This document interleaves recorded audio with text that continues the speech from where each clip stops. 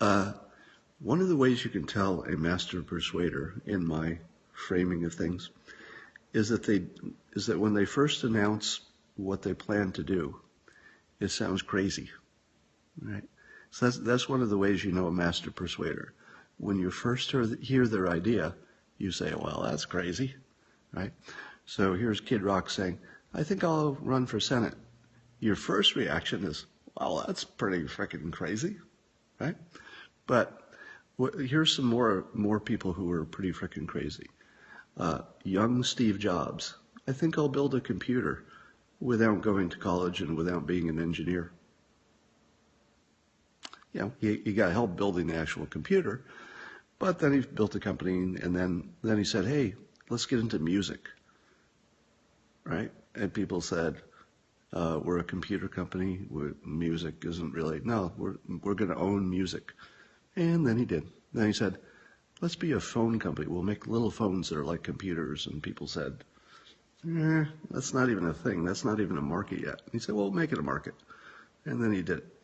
You know, probably half of the things that Jobs told people the first time they heard it sounded like just crazy shit.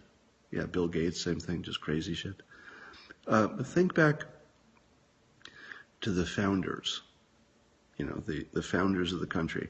Imagine, you know, Jefferson and Ben Franklin and all those cats. Imagine the first time they said, all right, I got an idea.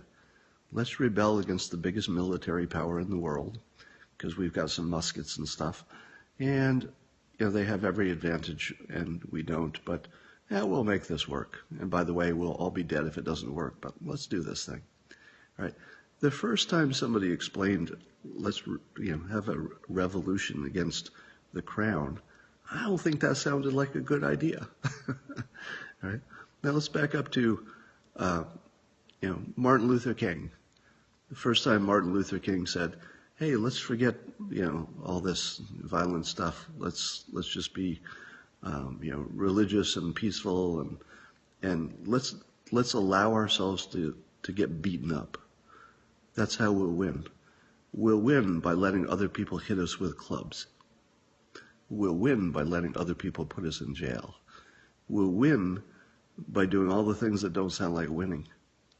And then it worked, right? Gandhi, same thing, all right?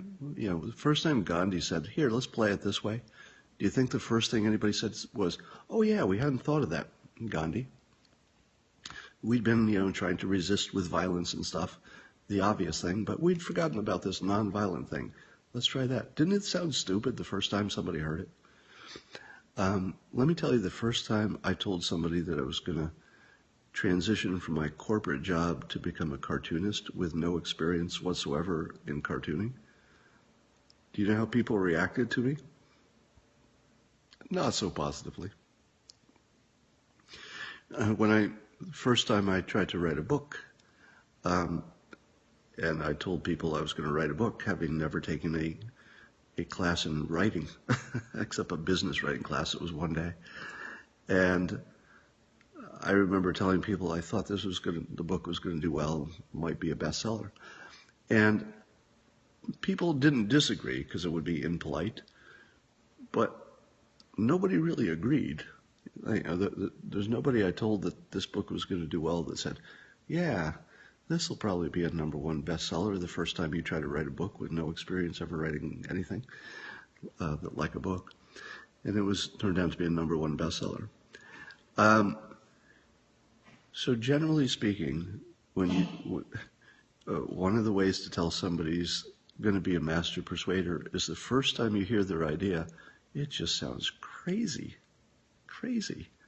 right? Donald Trump, I'm gonna transition from, you know, completely unrelated jobs to becoming the president of the United States.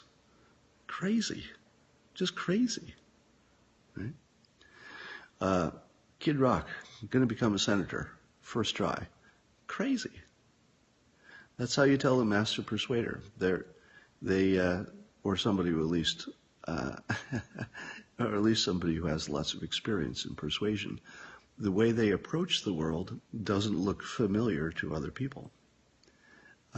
One of the reasons that I have a hard time Well, here's a little point that will be survivorship bias. Um, that's a good point, by the way. So survivorship bias imagines, I think this is your point, that some people will do crazy things and succeed, and because we don't hear from the people who did crazy things and did not succeed, we imagine there's something special or magic about the few people who got lucky and succeeded. But I would suggest that you need a second confirmation to account for that. And the confirmation is when I look at Kid Rock's speech, he does in fact he hits every note of a trained persuader. So if I hadn't seen that, I would say, okay, well maybe he's just a popular rocker. He's got a good personality. People just vote for him because it's funny. You know, that would be a different kind of success. When I look at President Trump or Steve Jobs, for example, they do possess the genuine tools of persuasion, and they use it all the time. So if I didn't see that in somebody, then it would be a different calculation.